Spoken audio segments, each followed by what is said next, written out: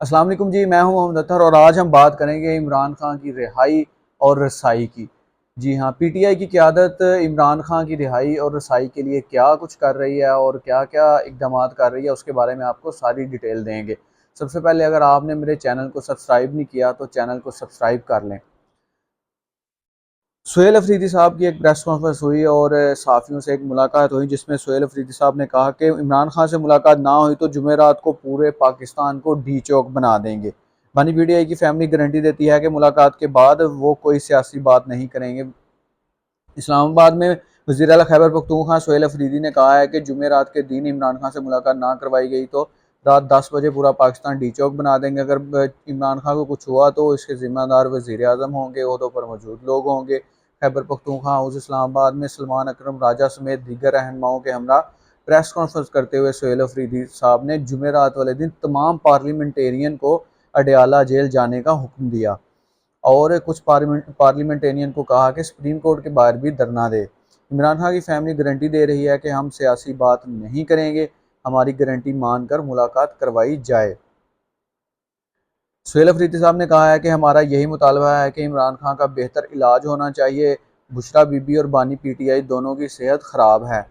बानी पीटीआई के सेहत के हवाले से तशवीश ख़त्म होनी चाहिए। उन्होंने कहा कि इमरान खान को गिरफ्तार नहीं अगवा किया गया है, वो नाहक जेल में है। बानी पीटीआई को जब अगवा किया गया वो बिल्कुल फिट थे।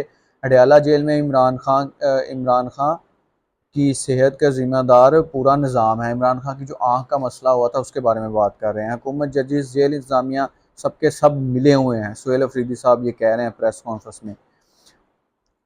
उनका कहना था कि पाकिस्तान के नौजवान में नफ़रत और गम गुस्सा है। नौजवान को मुल्क में अपना मुस्तकबिल नज़र नहीं आ रहा, वो पाकिस्तान में रहना नहीं चाहते। पाकिस्तान का नौजवान जो है ये बेरोज़गारी बर्दाश्त नहीं कर पा रहा।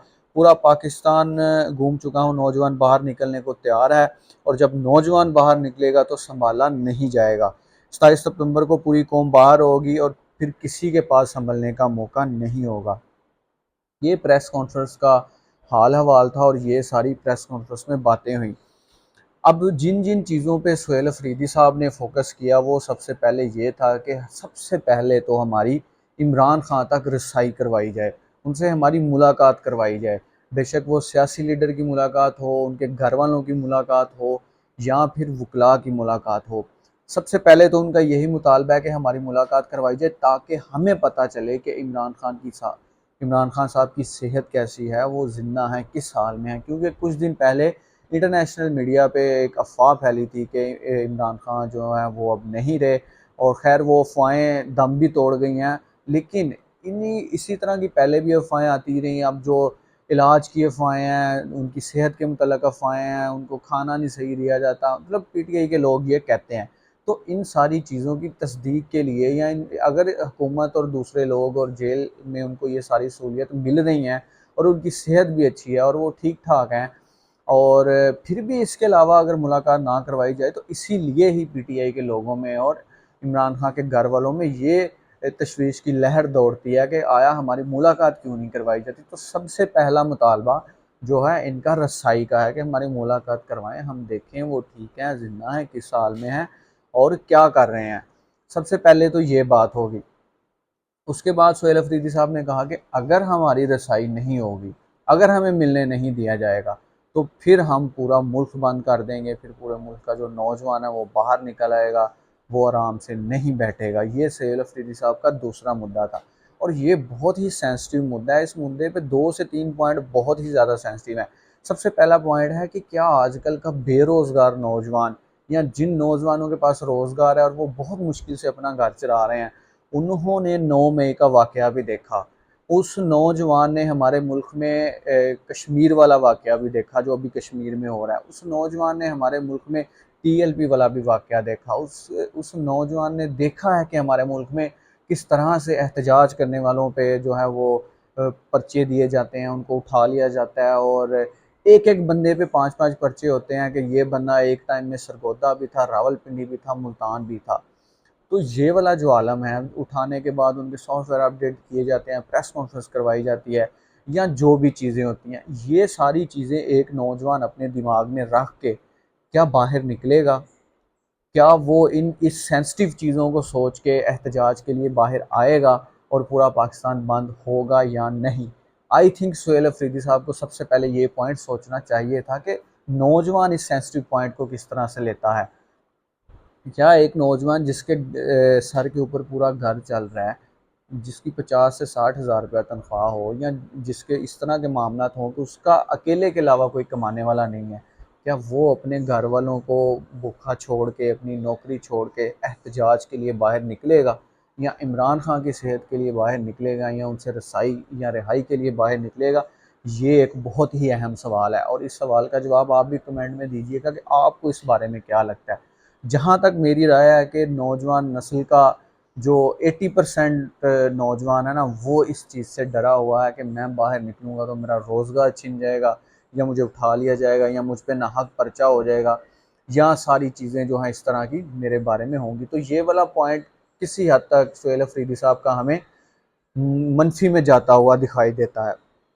उसके बाद जी सुहेल अफरीदी साहब ने कहा कि इमरान खान को नाहक उठाया गया, वो एक अगवा था, वो कोई उनको जेल में जो रखा है वो अगवा किया गया था, तब कोई इस तरह का वारंट भी नहीं था, कोई चीज़ भी नहीं थी।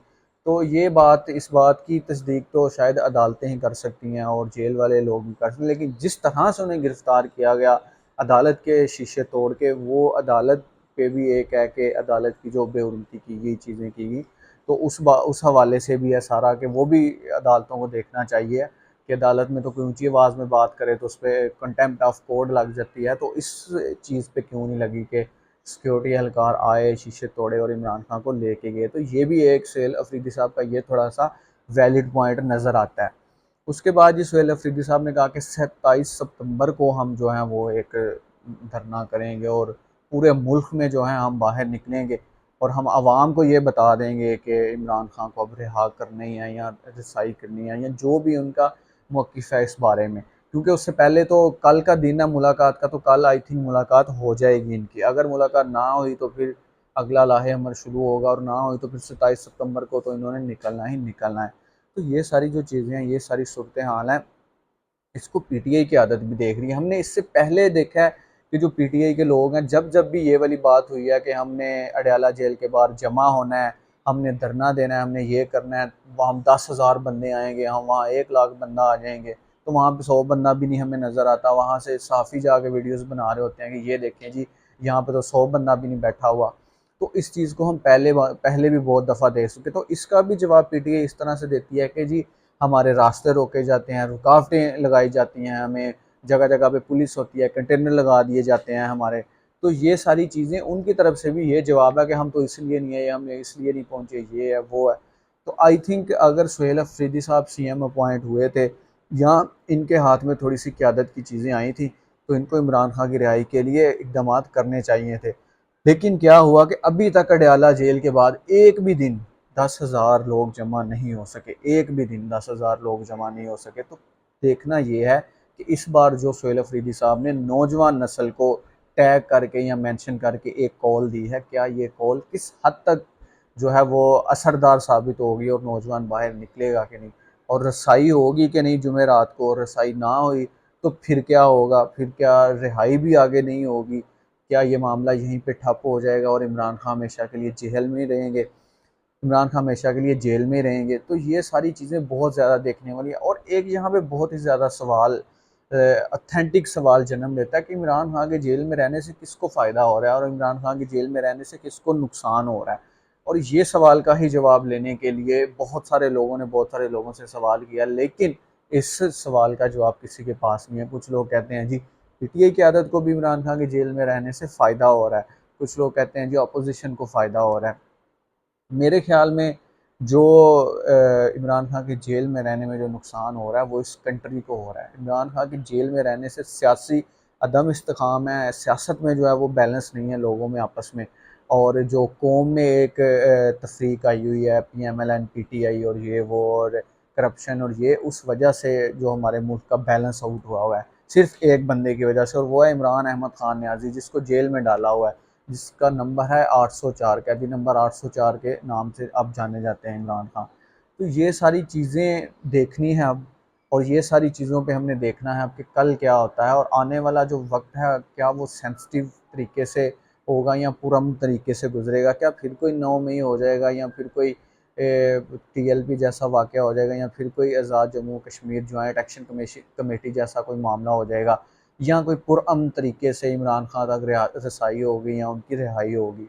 ये अभी देखना बाकी है। अगर आपको वीडियो पसंद आई तो वीडियो को लाइक ज़रूर किया करें और कमेंट में आपने अपनी राय देनी है, ताकि हमें पता चल सके, ताकि लोगों को पता चल सके कि आजकल का नौजवान क्या चाहता है। तो अपनी राय ज़रूर दिया करें कमेंट में।